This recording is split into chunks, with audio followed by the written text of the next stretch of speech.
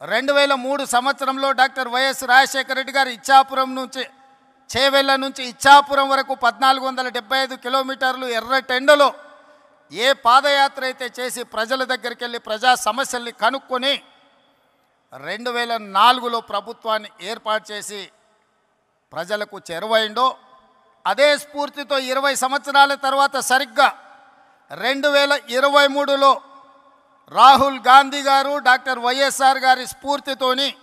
కన్యాకుమారి నుంచి కశ్మీర్ వరకు 4000 కిలోమీటర్లు మండు టెండల్లో మంచు కొండల్లో పాదయాత్ర చేస్తూ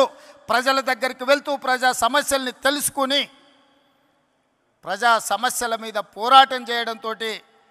కర్ణాటక రాష్ట్రంలో కాంగ్రెస్ అధికారంలోకి వచ్చింది, తెలంగాణ రాష్ట్రంలో కాంగ్రెస్ అధికారంలోకి వచ్చింది, హిమాచల్ ప్రదేశ్లో కాంగ్రెస్ పార్టీ అధికారంలోకి వచ్చింది. కేంద్రంలో 100 సీట్లు గెలిచి ప్రధాన ప్రతిపక్ష పాత్ర పోషించి ఈరోజు మొన్న జరిగిన పార్లమెంట్ సమావేశాలలో నరేంద్ర మోడీ గారిని మన నాయకుడు రాహుల్ గాంధీ గారు నిలదీసిన విధానం, ఆనాడు 99లో రాజశేఖర రెడ్డి గారు ప్రతిపక్ష నాయకుడు పోషించిన పాత్ర, ఈనాడు రాహుల్ గాంధీ గారు పోషిస్తున్న పాత్రను మనం పోల్చి చూసుకోవచ్చు. ఈ సందర్భంగా 83-84లో వైఎస్ఆర్ గారు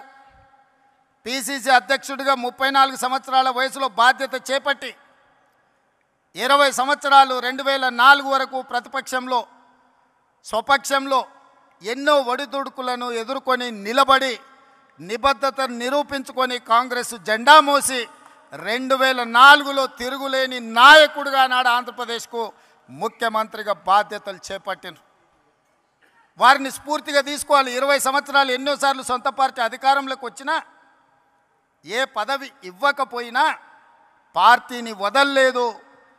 పార్టీ కార్యకర్తలను కాపాడుకునే విషయంలో వెనుకడుగు వేయలేదు. వైఎస్ఆర్ అంటే గుర్తొచ్చే మాట తప్పేది లేదు, మడమ తిప్పేది లేదు అనే పదం వైఎస్ఆర్ గారి డిక్షనరీలో ఉంది అని అంటే నాయకుడిగా వారు ఎంత బలమైన చెరగని ముద్రేసినరో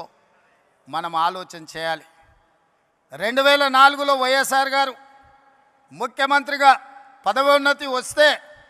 2004లో నేను రాజకీయ అరంగేట్రం చేసిన 2004 నుంచి 2024 వరకు ప్రతిపక్షంలో ప్రజల మధ్యలో ఉండి 20 సంవత్సరాలు కొట్లాడి ఈరోజు 2024లో తెలంగాణ రాష్ట్రానికి ముఖ్యమంత్రిగా ఈరోజు మీ ముందు నిలబడి మాట్లాడుతున్నా.